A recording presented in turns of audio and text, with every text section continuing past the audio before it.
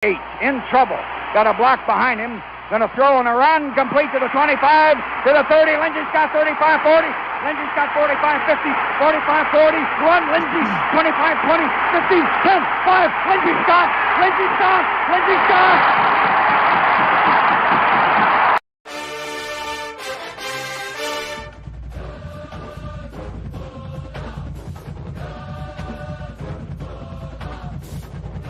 Good evening, everyone. Greetings. Welcome to Dogs Down South. It is a Wednesday night. We are back. We are back. A little week off last week. As we continue our SEC preview summer as we lead up to 37 days. 37 days to college football, and I say that less than 37 days to week 0. What's up, Fishman? How are you? What's up, man? Good to be back. Good to be back, man. We are counting the days down. Week 0 is probably around, I mean, you're the math. You do the math out there. Probably somewhere around 27, 30, something like that. But that's interesting. But 37 days until Georgia kicks off with Clemson.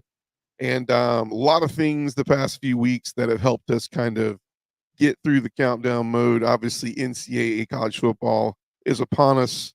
People have been playing the game for about 2 weeks now. Just a little small, let's give it a little slither of time tonight. Fish, what's your take on the NCAA game so far? They think Colorado is the best team in the world. Dude, I played Colorado once against the computer on All-American mode, and I agree with you, man. Colorado looked like they had an offensive line, and I know on paper they don't have an offensive line. So I agree with you. Yeah. I mean, I it's think a lot of fun, man. Like, I've been playing the crap out of it. Yeah, I think the graphics are incredible. They did a little side-by-side from like 2014 or whatever, and I mean, what people can't see on those are like the 4K type graphics and things of that nature. But I think the graphics are incredible. I think the commentary, just the vibe of it is really cool. I mean, I'm still getting used to the gameplay. I think they had some Madden copy paste stuff in there, and I'm not a Madden guy. I mean, they have to. I mean, Bill Walsh was like Madden back in the day. Even college football was kind of like Madden. It's just college teams, stadiums, different music, that kind of thing. I mean, how could they not, use like the baseline at least from Madden, and then just put a college skin on it, basically. Yeah, I just wish they would have I just feel like Madden people who have played for 10 years kind of have a hands up. I wish they would have made it, and they had enough time to make it a new game. I think some of the plays are I do think it plays different than Madden. I didn't play Madden a lot in the past 10. I've probably intermittently gotten the game in the last 10 years. And so that was the one thing is I noticed when I went online, I just felt like people that have been playing Madden had a little bit of a hand up, but there are some different nuances. And guess what? Now we get to build off of playing it every year and getting back to maybe where some of us were back in our prime of playing the game. But I'm just having a good time playing it. So, but also media days happened. It's come and gone. And want to just briefly focus on what Kirby had to say at media days. I went back and listened to it for the second time on yesterday, and I really enjoyed hearing Kirby. I always like how the beginning part of those conversations are very organic. You hear a little bit about his family, what his kids are doing, and what's going on in his life, and what he's been enjoying doing. Heard he took a trip to the Baseball Hall of Fame. He a couple things I know. One of the comments we were talking about NCAA. He apparently made the comment to Michael Bridges. To Michael Bridges, just got traded to Michael Williams and to Malachi about the fact that he was like, man, that new college football game, that's got to be hard to keep on the shelves. And they all laughed because it's like he's so far behind. He doesn't realize it's downloadable now, right? Just download it. That's what I did. Yeah, he just downloaded, dude. But now there was more nostalgia back then because I remember waiting in line in GameStop, or for me it was like Target or Walmart, and it was like the anticipation was you got to get there and get it, man, because if you don't get there and get it, you might not get it for a couple weeks, That's right. So I'm grateful that you download your copy. It was sitting there. I got a little crazy one day because I saw it start to download, and I was like, I know, me too, on that Saturday. The Saturday I was like, wait, is this just my copy? Like, am I going to be the only one playing? Little did I was like, everybody's going to be. Like, I thought it was a fluke because, like, I just won some sort of random lottery or something. Like, I was all exactly. like, but then I like went away and did something and came back and it was gone, and I was like, no. Yeah, right. Exactly. Exactly.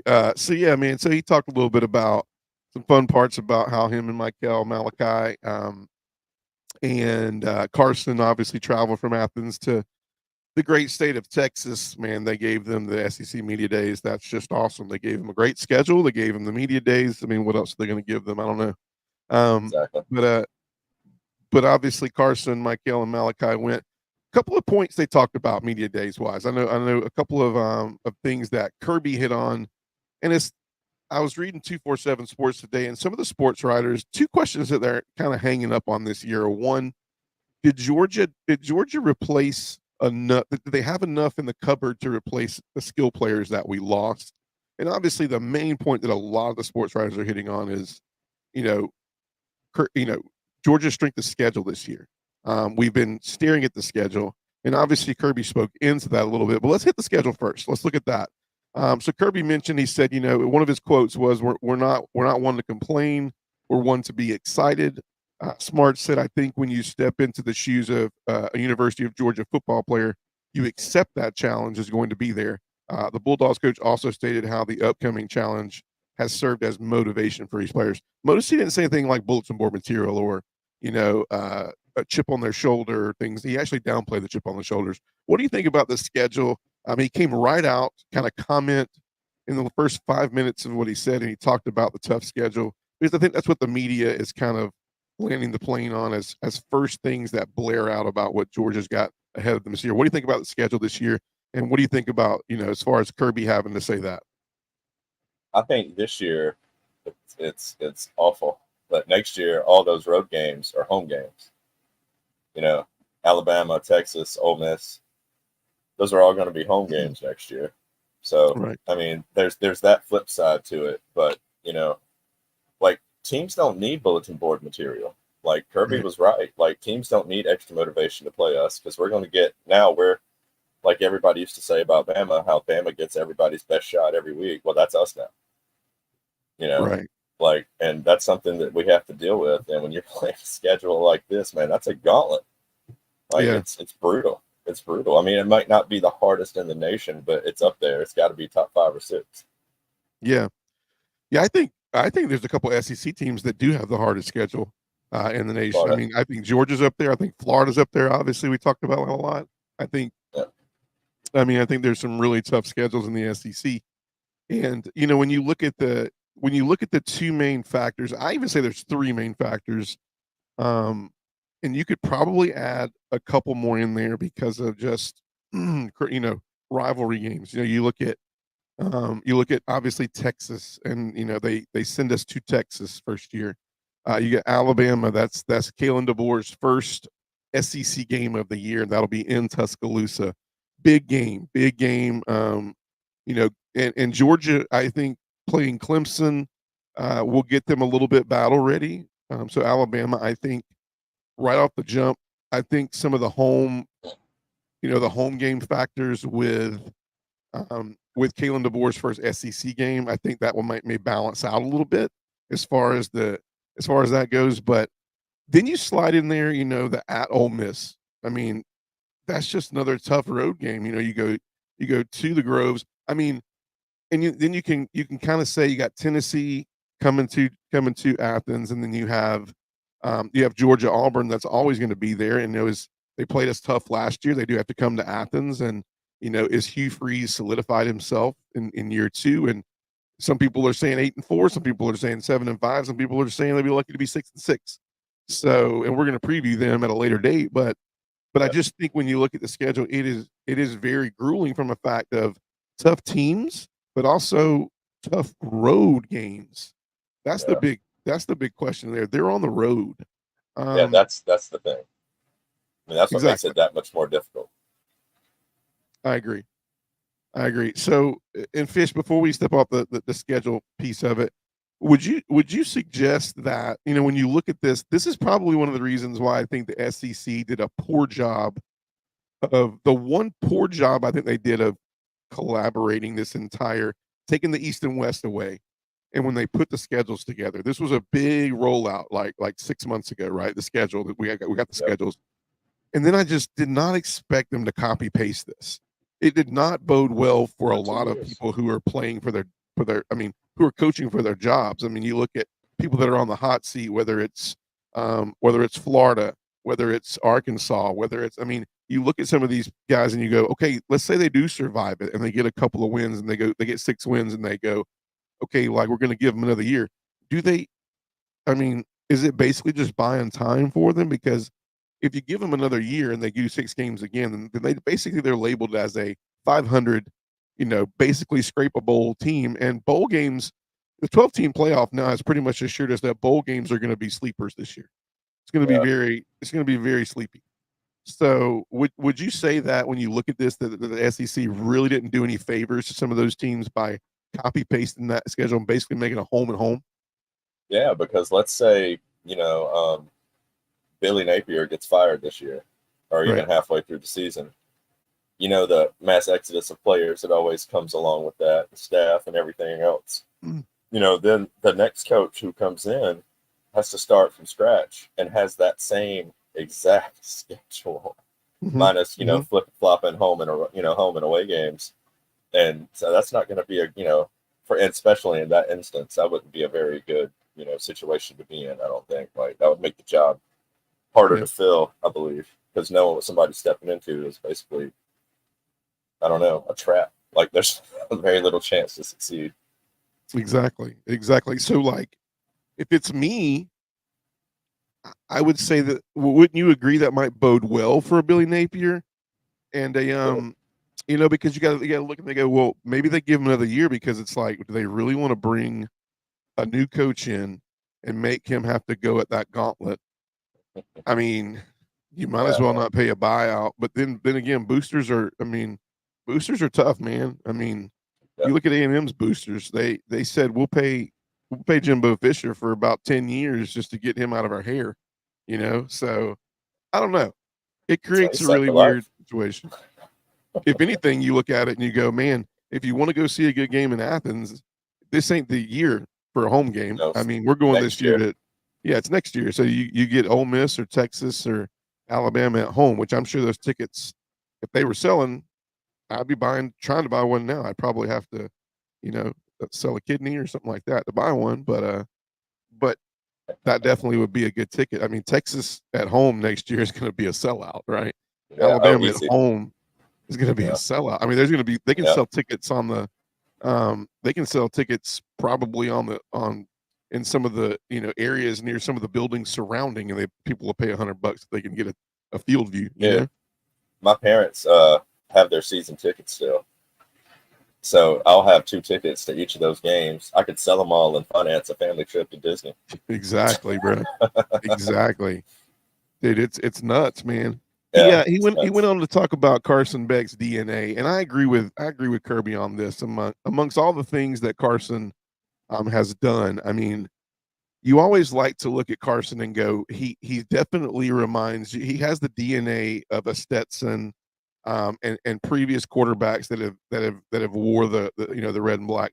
But you look at Carson and you look what he has different than I think than a Stetson per se, and you look at some of our past quarterbacks. I think he has a little bit of a quiet, calm moxie about him. He's not very flashy. The 2 biggest things that's happened to him in the past few months is he's purchased a Lamborghini, and they decided to expose the fact that he's dating some, top of the line college chick out of Miami. Do you know her name? I've heard her name. Yeah, I saw that. I don't remember her name, but I did see the article this week. Yeah. Dude's had more news action in like 3 months than he's had in his 3-year career as a college football player. It's wild. But amongst all that, Kirby cited that Beck's response to adversity was the DNA trait he wished he could copy most. He said Beck, of course, sat on the bench for 3 seasons as the backup without entering the transfer portal once, which is an anomaly, right, in today's era of college football. Every team, every team is trying to get their best lineup out there. And, I read today where, and I'm not sure what ours was, but I read today where Ohio State spent over $20 million in NIL this past year. $20 million. So they bought them a team. So this better be the one. I will tell you, I'm going to go on the record to tell Ryan Day he spent $20 million and he still doesn't have the top team on NCAA college football on PlayStation. No kidding. No kidding. What do you think about Carson, man? Like, when you look at Carson and his demeanor and who he is as a quarterback we all know he feels like he's coming in with a little unfinished business. Of course, Kirby's like, we're not riding on that this year. We're not really factoring that in. Every year's a new year. Every team's a new team. However, let's look at this and say, really, because Carson knows he probably wants to make a few more throws against Alabama last year. He feels like we had some injuries. If he would have had Brock Bowers healthy to throw to, if he'd have had Lab McConkey healthy to throw to, that's a different game. So do we feel like, even though his demeanor is what it's been in the past few years, this is a little bit of a maybe chip on the shoulder year for him? Would you agree or not agree? I agree. And I also think he's almost impossible to read. Every time I see him, he's got the same expression on his face. He smiles every now and then, but he never looks sad or mad or frustrated. Like, how many times last year did you see him go to the sideline, throw his helmet down, and start yelling at folks, or whatever the case may be? Like, he was just the definition of calm, at least on the outside.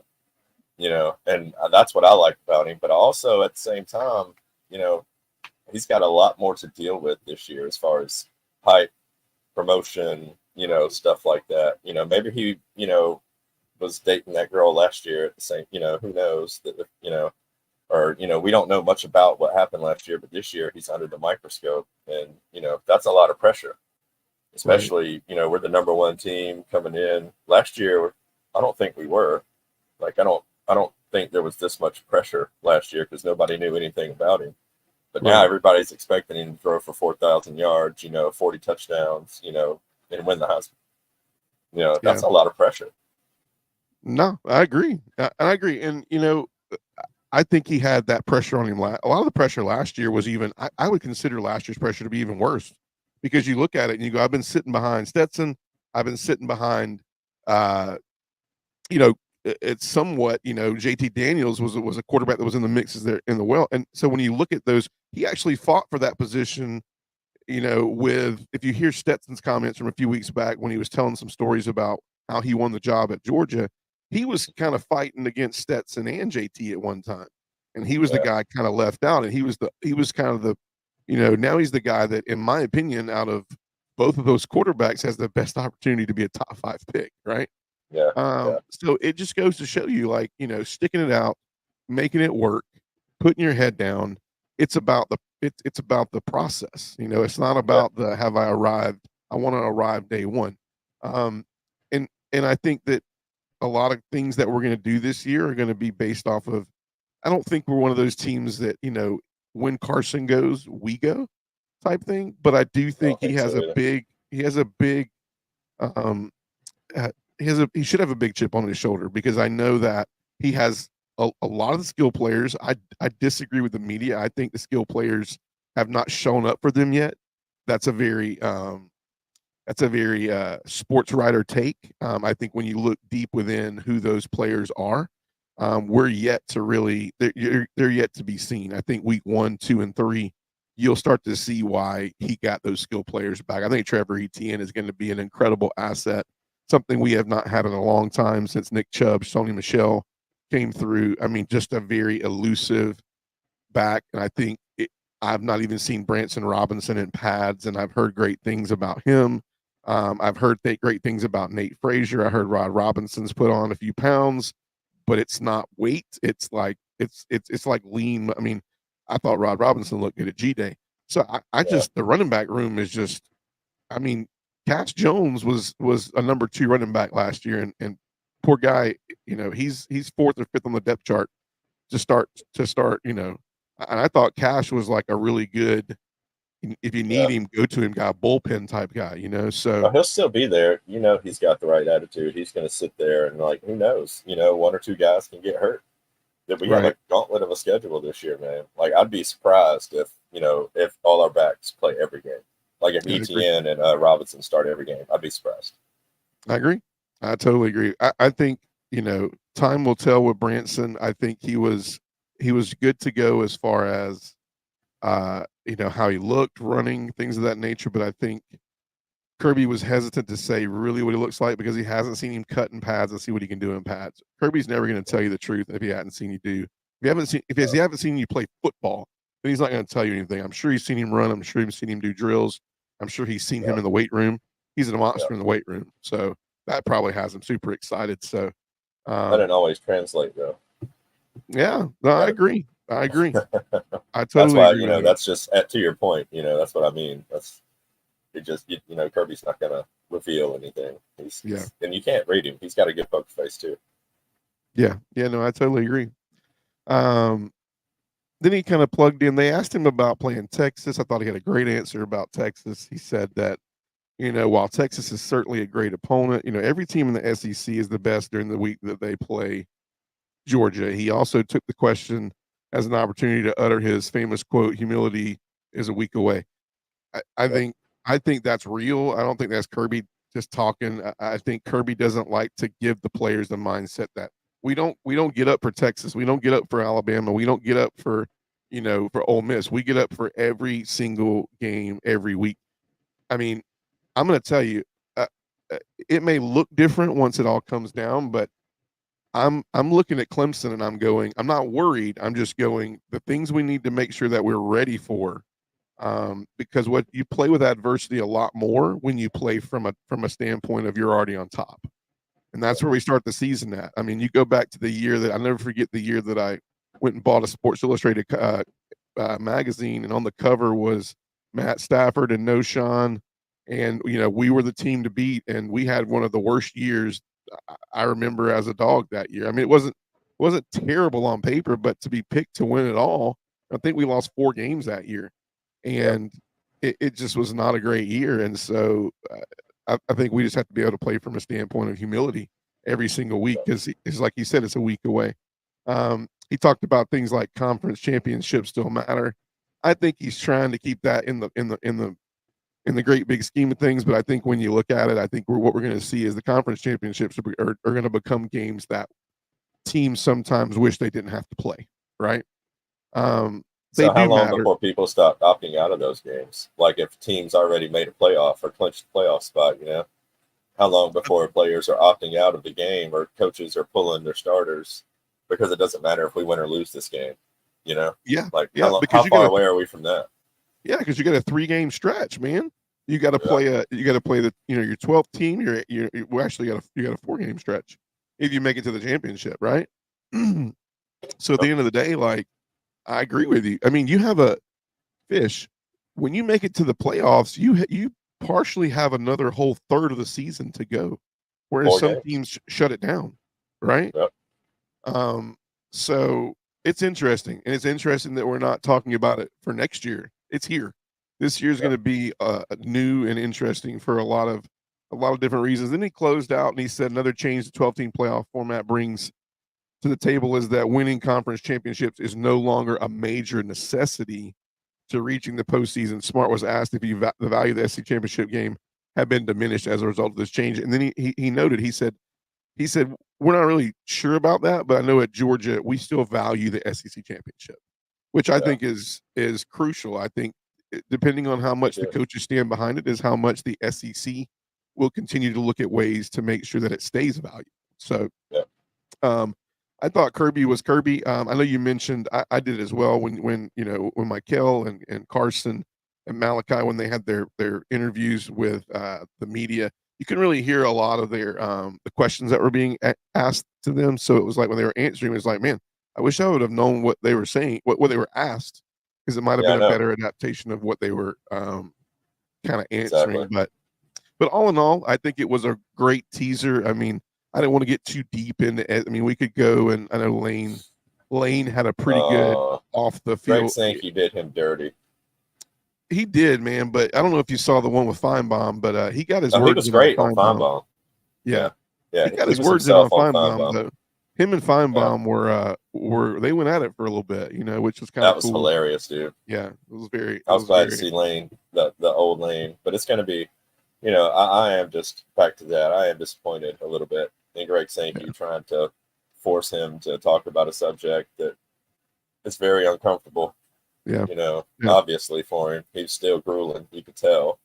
Yeah. I mean, he was just spitting out. He was trying, having a hard time getting words out. So yeah, and I don't, like I said, I want to go too deep into it, but Lane's been through it, man, and he's a better coach for it. I remember when Lane had to catch a ride, from the airport when he got fired at USC. That's a whole fiasco. And then he went through it, man, between USC and Tennessee, and some of it brought on himself. But I will tell you this, that I still like Lane. I think he has the grit and he's going to be a coach that carries college football for the years to come. I say that, and then he'll take an NFL job next year. But I do think that Lane he's a college guy. He fits the college footprint the most. Would you agree? I think so. 100%. 100%. He's a staple now, especially in the SEC, even though he's only been here for a few years. When he was the OC in Alabama, he's become a staple in the SEC. He's like Feinbaum, like Kirby, like Kiffin, like people, that just, when I think of the SEC, these are the people I think about. Exactly. First names that come to mind. Yeah, exactly. Yeah. I thought all in all, I think Kirby played it. I mean, he always does. Media Days is not about him. He mirrored the fact that SEC Media Days was about all sports.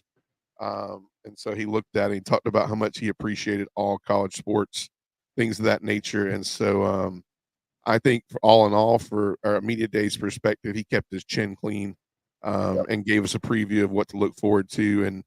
And that's Media Days coming to a close means that we are, just around the corner from summer camp, fall practice. And so it's cool to know right now that they are probably cutting the grass on the practice field. Well, if teams still have grass, we're in a day and age that's where all turf now. Right, it's all turf. So maybe they're just fluffing the turf. I don't know how they do that.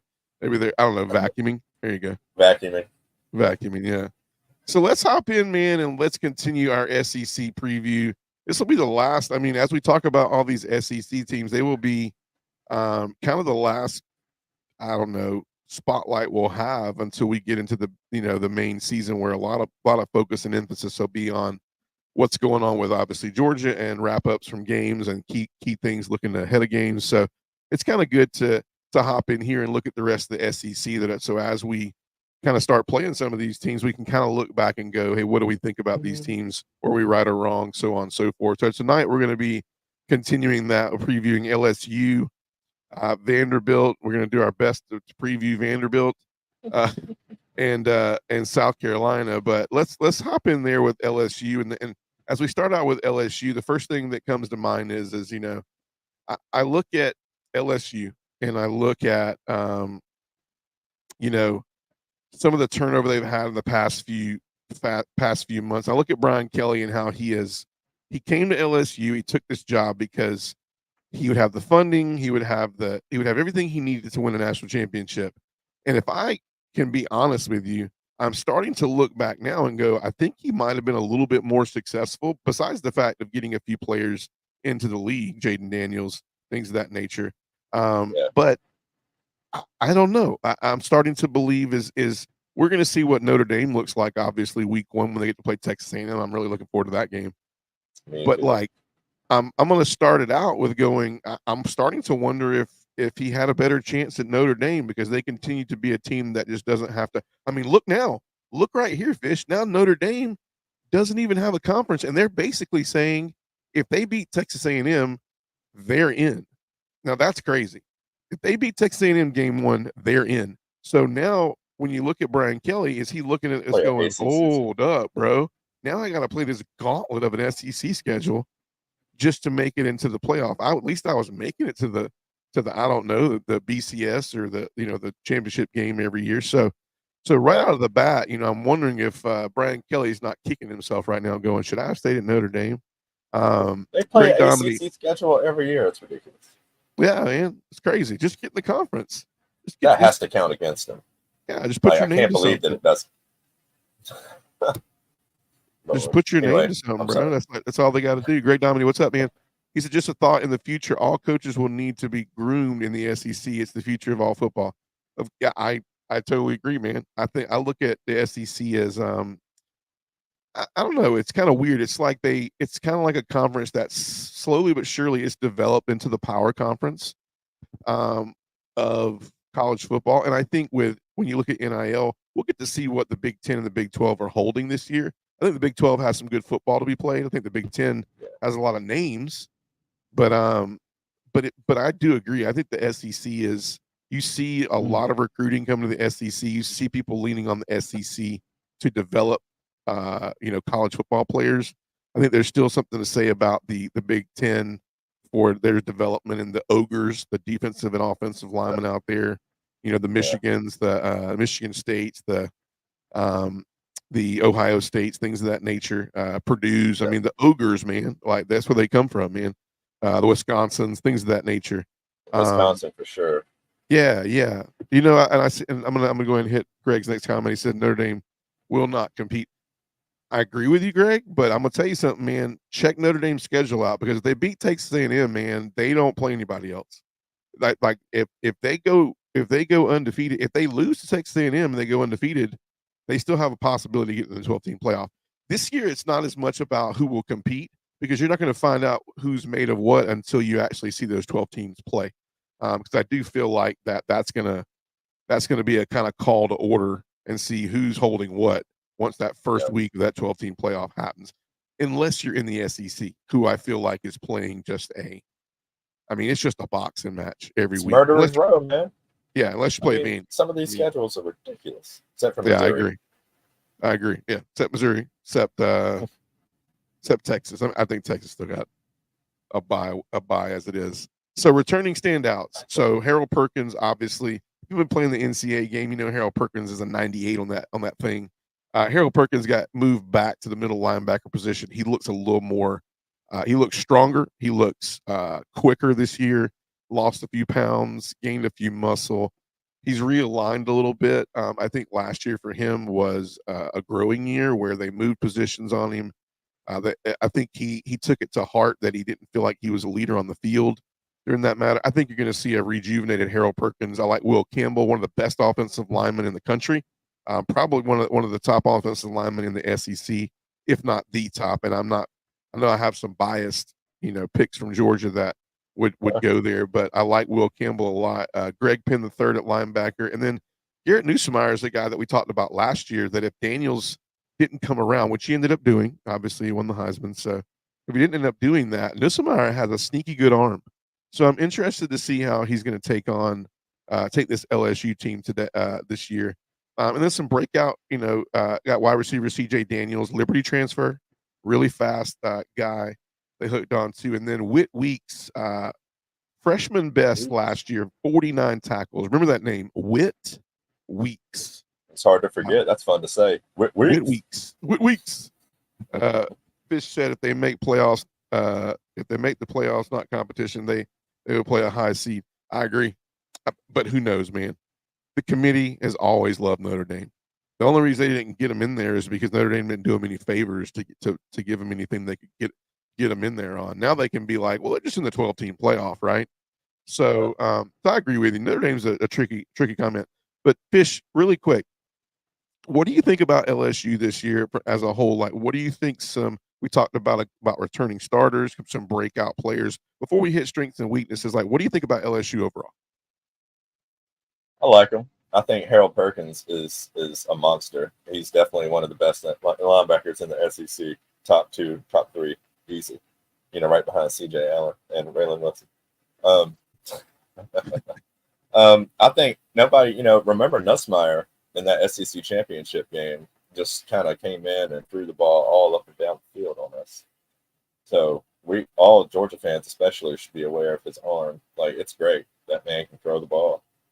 I think they go as far as I think Perkins and Nussmeier, if they stay healthy, LSU can win, a few games this year, maybe a few upsets even.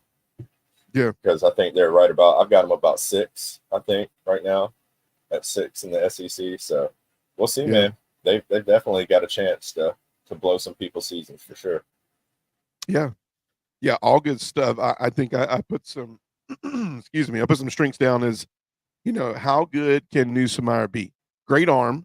Um, they need some leadership. They lost a lot on both sides of the ball. But how good can he be? I know he has a great arm, but can he be the total package? Um, and then I put, Josh Williams in the O line, powered by a vet crew. O line is much improved, and it needed to be.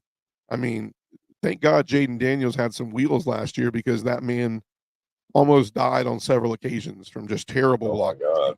Yeah. Terrible blocking schemes. Then I got Harold Perkins back at middle linebacker. I think that position change is dynamic and crucial for a team that needs that leader back in the middle of that defense, because the secondary is one of the worst in the SEC last year, and I feel like from a pressure standpoint, LSU couldn't get it was not an LSU-esque type defense last year. So the first move you got to do is to get the right people on the right spot of the bus. And we look at questions: is can the defense catch up with the offense? I think that's the big question. The secondary is the big question for LSU. New defensive coordinator, Blake Baker. So comes to us from Missouri. And then, my last question is like, has Brian Kelly, I mean, if he ever, I wrote this question when I didn't think about this. Has he lost his mojo? Like, but did he ever have any mojo? Like, when Kelly came to LSU, what has he really done? Like, what has he done? He doesn't have an S2 championship. Spun around on a platform, standing behind some big tight end recruit looking stupid. Yeah. That is something that he's done. I agree with that. That's how I remember him. That's how I'll always remember him. That dude's a clown, man. But I think he's a decent coach. Bro, what they're doing to have to get recruits. He may say, well, this is what we're not going to do to get recruits. But you're right, man. That man sat there and danced weirdly close to some players in music videos to get players to come to campus. If that's me, bro, that ain't helping it right there. That's me. I don't think that dude went to LSU. I think he went somewhere else. I'm gonna be honest with you, man. The guy should have stayed at Notre Dame. Greg says if they make the playoffs, they would play a high seed. Oh, I already read that one. Okay, yeah. In a whole, man. I look at LSU. Key games are what throw me for LSU. You get to see them right out of the bat. There's a lot to tell about this first game. You got neutral site against USC. So Lincoln Riley gets LSU right out the bat. So you get to see, you hear about the quarterback whisper. You hear about, Lincoln Riley. This is his year. This is this is his recruiting guys. He's going to get it right this year. All right, you open up with LSU. This is going to make two things happen. It's going to make you wonder: is LSU going in a downward spiral are we going backwards with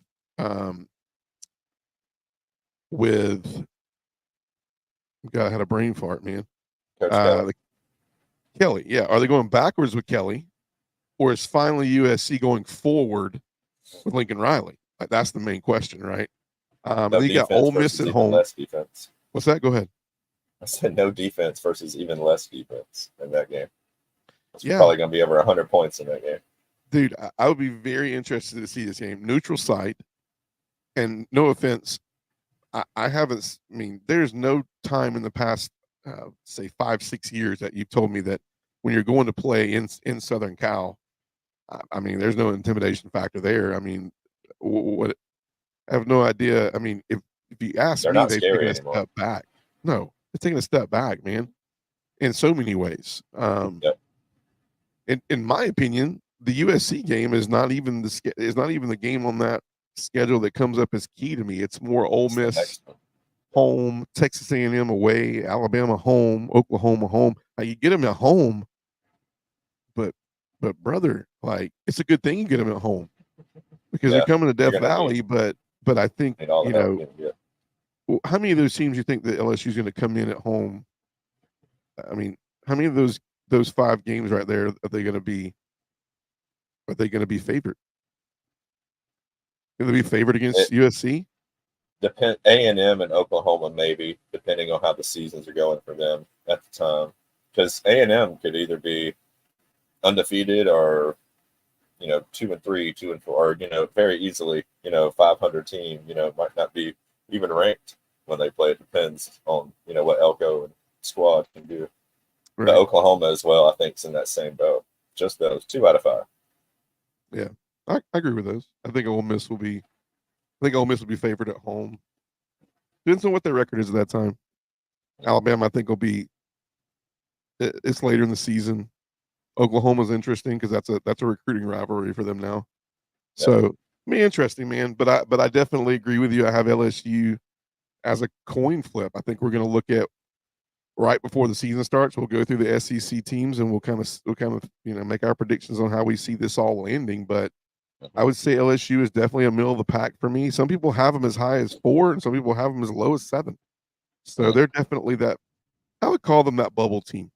They're 3 games north of making the playoffs, and they're 3 games south of not making a bowl.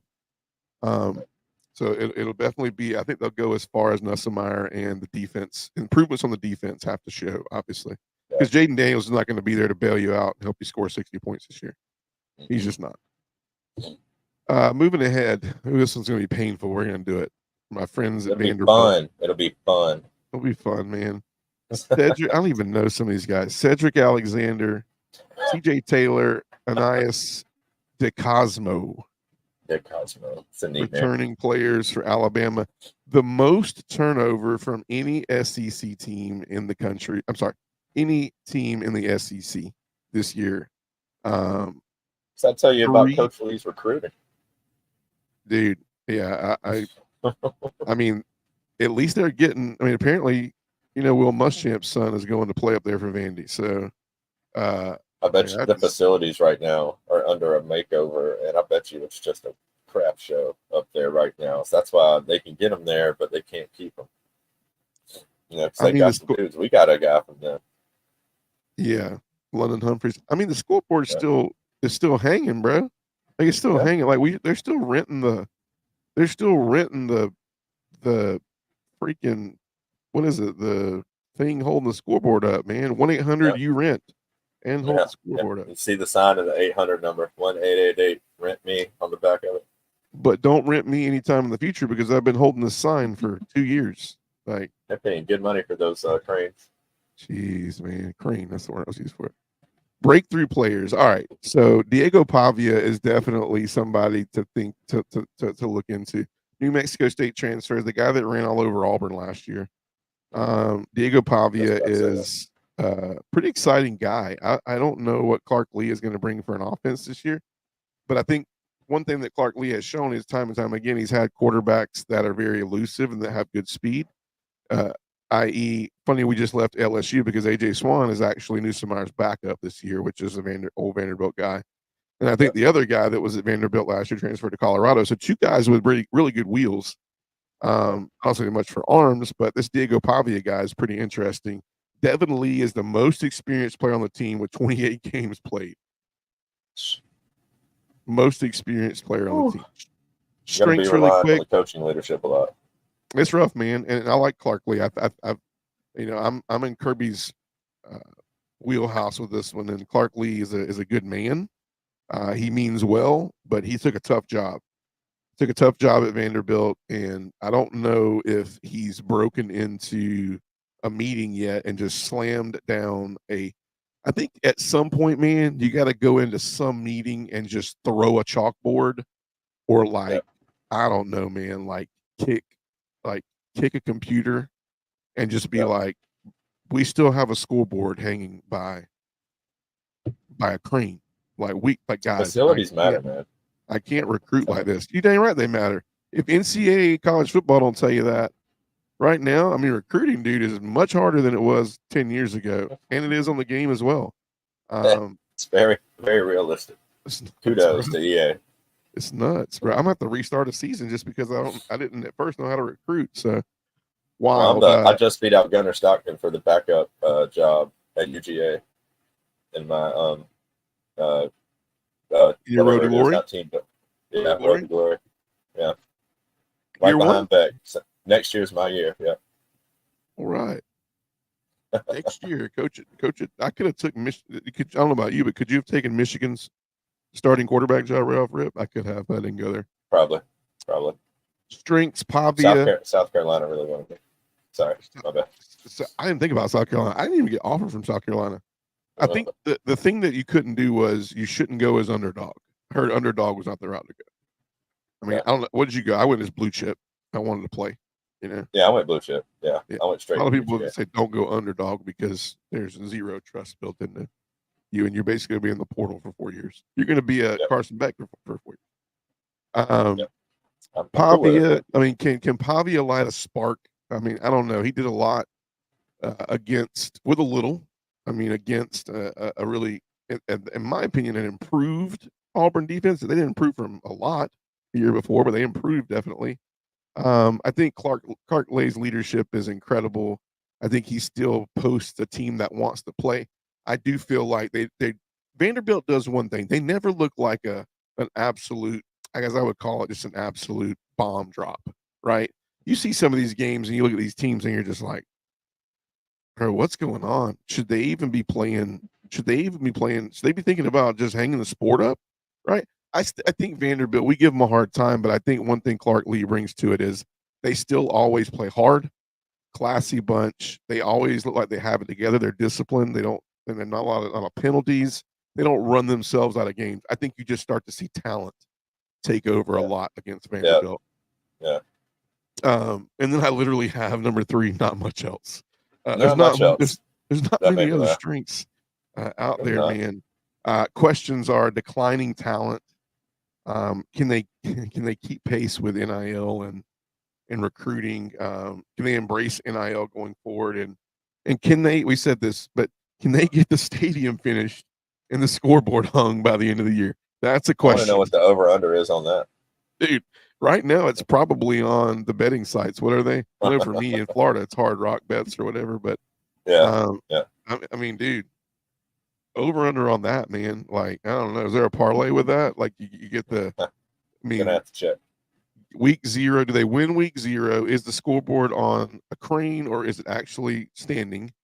And third thing, like, is the away team? Are they in a locker room or are they in the concession stand of the visiting team? I don't know. That's bad, dude. All right, moving on. Poor Vanderbilt, man. Moving on. South Carolina. That was fun. A lot more to talk about with South Carolina. I'll let you kind of take the lead on this, Fish. So South Carolina, like, what excites you? What do you know about South Carolina? Returning standouts, breakthrough players. Like, what do you think about South Carolina this year? I think they gave us a good defensive lineman in the portal. Xavier McLeod. Yeah, I like him. I like him a lot, actually. They got some dudes with some cool names on their team, Debo and Tonka. Hemingway. It sounds like the truck that's going to take over the Cybertruck, dude. Yeah, and write us some good poetry, the Hemingway. But I mean, I like South Carolina. I don't know much about really some of these guys, but Lenore Sellers is somebody I've heard of, and I like him. I am pretty excited about him. He should have a good season. He should help them out a lot, actually. Yeah. He's got a good arm. He's pretty smart back there in the pocket. So, I mean, I don't know. Interesting factor about Lenore Sellers is he's definitely a guy who wanted to be at South Carolina. He also is a guy that's very athletic. I think you're going to see South Carolina do something this year that they've never done in a long time. And that's, I think you're going to look at a guy who's going to get a lot more throws in the perspective of RPO. The RPO game will be a lot better for them this year. I think the offense will be built a little bit more around his legs. But the thing that shouldn't, and I don't know if this is the guy or not, I think they have a wide receiver that is apparently he's Megatron 2.0. There's a 6'8" guy that they got in the portal that came in, but the guy name to remember is Nick Harbor. You go on NCAA college football and he's got a 99 acceleration and a 98 speed. Track star speed. So sounds like Arian Smith. Yeah. So good point. So they got some dudes. You look at Debo Williams, Tonka Hemingway. Debo Williams is going to be a really good returning linebacker for them. Defensive end Nick Emanwari. Remember that name? Emanwari, and then center Rashawn Lee. Rashawn Lee, just because he's a 5-year. You don't see that much 5-year starter at center. So they got some strengths in some areas, right? Yeah. Here's my thing. Sure. Their strengths to me are vets. They front seven, and their defense returns 7 players on defense. Sellers is a big, elusive guy, much improved pass rush this year. But the questions are this: like, can Beamer just make it? I mean, can Beamer not shoot his own foot? Right? Because I think Beamer sometimes he does a decent job of recruiting at South Carolina. They give him a pretty good NIL budget. He's done some pretty good things. But like, just lots of in the past few years, there's either turnover on the football field with the team, or there's a lot of turnover in the coaching staff because you hear the rumors of people can't just Beamer's a little bit of a loose trigger when it comes to it. He's nothing like his dad. But I think this all stems on 2 questions: like, can Beamer get this to mesh? Can he get the D to mesh with this new look offense? A lot of NIL recruits coming in to this revamped offensive line. You got Lenora Sellers, you got the 6'8" kid wide receiver, you got this track star speed. I think the question is can Beamer make this mesh? But also the question is will Beamer make it the entire year? Because if he doesn't, if he doesn't, does he? But my question, why do you think he does? Like, why do you think Beamer is in play for another year this year? I think Spencer Rattler was the worst decision he ever made as coach. And I bet if you ask him behind closed doors, he'd probably agree. He was just grasping at a name. That's all he was doing, because he did nothing to make you think he was going to come in and excel at all. Like, he's so overrated, so overrated, like just unbelievably overrated. And I think that really hurt Beamer and his reputation past couple seasons. Yeah.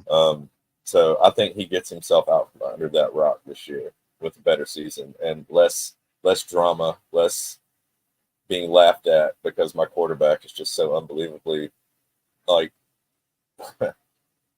and down, like maybe a little more humble.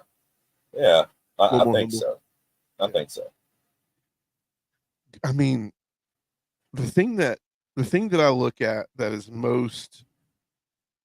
blows my mind the most is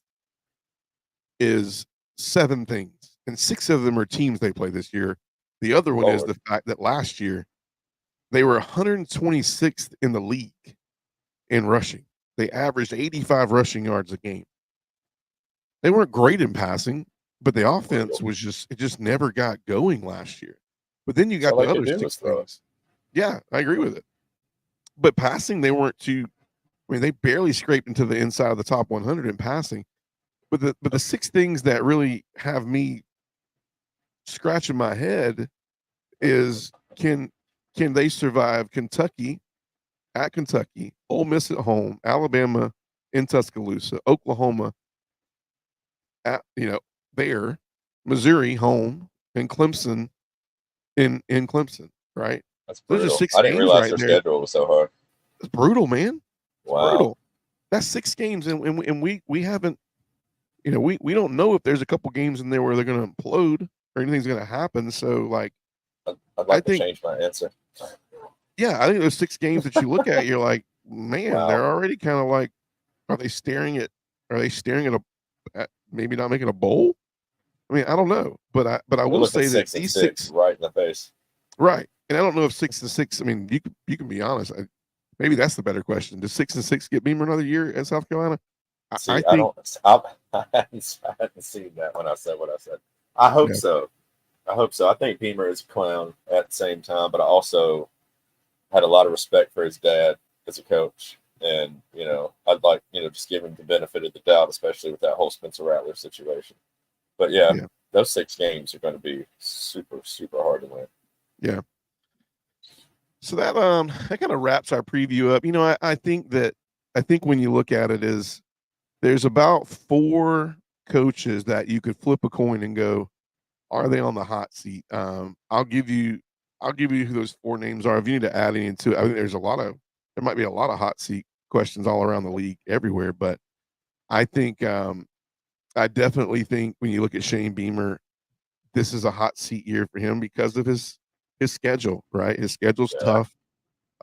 They gave him some money this year. He went and he did some damage in the NIL. He's got some dudes. But can he make this mesh? Can he make it work? Can he bring this together as a head coach? I know he's been looked at. He'll never be his dad, but that was one thing his dad was good at. He was a pretty good CEO of the business of college football. He could make things come together, and he could win games, and he could keep a team together. And so you sometimes look at the NIL right now, and maybe some of these coaches couldn't have made it through NIL, but you start to wonder, like, did it fall apart because of that, and some things that Beamer wanted to build off of that come out from underneath him because of NIL. I think Beamer is one of them. I still look back and I say Kentucky Stoops is one of them. That is, I think Kentucky might be getting a little tired of Stoops. He's even though, I mean, part of me goes, there's some boosters that when his name popped up for the Alabama job that they were kind of like, would anybody like me to go interview for him? I mean, there were some boosters I think would do that. They're like, we want to change. But you're never going to see that on a football level at Kentucky. You might see it on a basketball level. I think Stoops is on a hot seat this year. I think Sam Pittman from Arkansas is definitely on the hot seat. I think Billy Napier at Florida. I think those are the four coaches that I see most traction for hot seat bound. But my question to you as we close the night, Fish, is out of those four, who do you think will be gone first? I think Pittman's lost his edge, unfortunately, sadly to say, because he did us so well while he was here. He was great offensive line coach and recruiter when he was here with us, and tons of respect for the guy. I just think, I don't know, I don't think he's got it anymore. You talk about losing your mojo. I think maybe he's lost his mojo a little bit, which makes me sad. He's betting a lot on Petrino coming in and saving his butt, right? Well, worked real well for Jimbo, didn't it? Yeah, yeah, but something that'll play out and to watch out for is if it goes decent the first 2-3 games. And I'm not saying if they're wins. I'm just saying if Arkansas looks good in some areas on offense, you got to start looking back and going, was it because Jimbo just wouldn't let him go? Would Jimbo just not let go of the clipboard and let him call the plays? So I have to agree with you. I think Pittman could be. It's between Pittman and Napier, and I say Napier because Napier has a lot of games early on that if he doesn't win, they have to make a tough decision whether they go, do we just get rid of him and get the rest of these 6 or 7 games, get the DNA and get the culture turning towards another guy. I don't think that guy will be on staff. And it would have to be an extremely splash hire this next time around. I think you got to go for a recruiter type guy. I mean, heck, you want to go big, bring Urban Meyer back, dude. Like, bring him back, dude. Who knows? You want to make a splash. You want to make an absolute kick in the teeth. It might not go well. It might be the stupidest decision that I've ever said. But you want to make a splash. Like, I think it has to be something like that. A name like that, yeah. On that level. Yeah, a name. Maybe an NFL coach coming back from the NFL. Maybe an NFL coordinator coming over. I don't know. We're early on. But I think definitely Pittman and Napier have the biggest hill to climb. So it will be interesting. Very, very interesting. If you guys haven't already done so, please make sure you go follow us definitely on Facebook, Apple Podcasts, Spotify, YouTube. Trying to get to 1,000 users, 1,000 follows on YouTube. So go and help us out in that area. 37 days, man. Looking forward to it. We're continuing to count down the SEC next week as we enter into some names that maybe some people in the close around the areas know more a little bit about. We're going to look at Florida. We're going to look at Auburn, who we haven't hit yet. Ole Miss, who we have not hit yet. Tennessee, who we've not hit yet. There's still some really good teams that we're going to talk about as we lead up to right before hopefully getting into actually seeing some notes and some news from the practice field that we can actually talk about. So that'll be very interesting. Final thoughts tonight, Fish?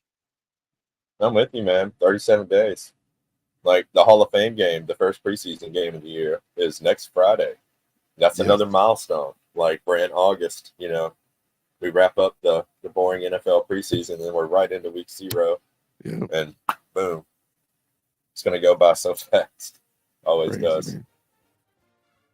Crazy, man. Crazy. Well, everybody, thanks for joining. Kept it right at a power hour tonight. We previewed a lot of good teams besides Vandy. A lot of good teams. Talked about media days. Yeah, man. Make sure and go like, follow. Enjoyed it. Thanks for everybody who joined. Greg, thanks for joining. I know I had a couple people pop in, but Yes, sir. look forward to next week where we preview 3 more teams and get 7-8 days closer to the opening of college football season. So on behalf of myself, the Fish, Adam Fisher, so long, everybody, and go Dogs. Go Dogs.